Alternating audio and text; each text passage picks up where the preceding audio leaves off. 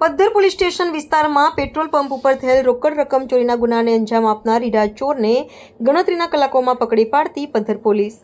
Police મહાનિરીક્ષક Shri Chirag Kordia સાહેબ સરહદી range Bhuj તથા પોલીસ અધિક્ષક શ્રી વિકાસ સુંડા સાહેબ શ્રી પશ્ચિમ કચ્છ ભુજનાઓ તથા રવિરાજસિંહ જાડેજા નાયબ પોલીસ અધિક્ષક શ્રી ભુજ વિભાગ ભુજનાઓએ મિલકત સંબંધી ગુનાઓ અટકાવવા સૂચના આપેલ હોય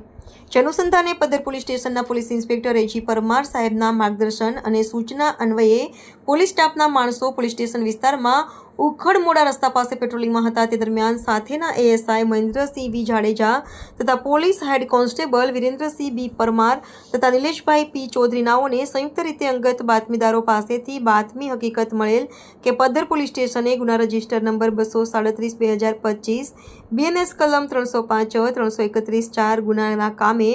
રીઢો ગુનેગાર પોપટ વેલા કોળી જે ઉપરોક્ત ચોરીમાં ગયેલ મુદ્દામાલ સાથે મોખાણા રાયપર ખોખરા ગામની સીમમાં આવેલ કોલસાની બિનઉપયોગી ભઠ્ઠી પાસે બાળોની ઝાડીમાં છુપાયેલ હોવાની સચોટ અને ભરોસાલાયક બાતમી હકીકત મળતા સદર જગ્યાએ પહોંચી બાતમીવાળો ઈસમ હાજર હોય જેને કોડન કરેલ અને ગુનાની કબૂલાત કરતા કાયદેસરની કાર્યવાહી કરવામાં આવેલ છે।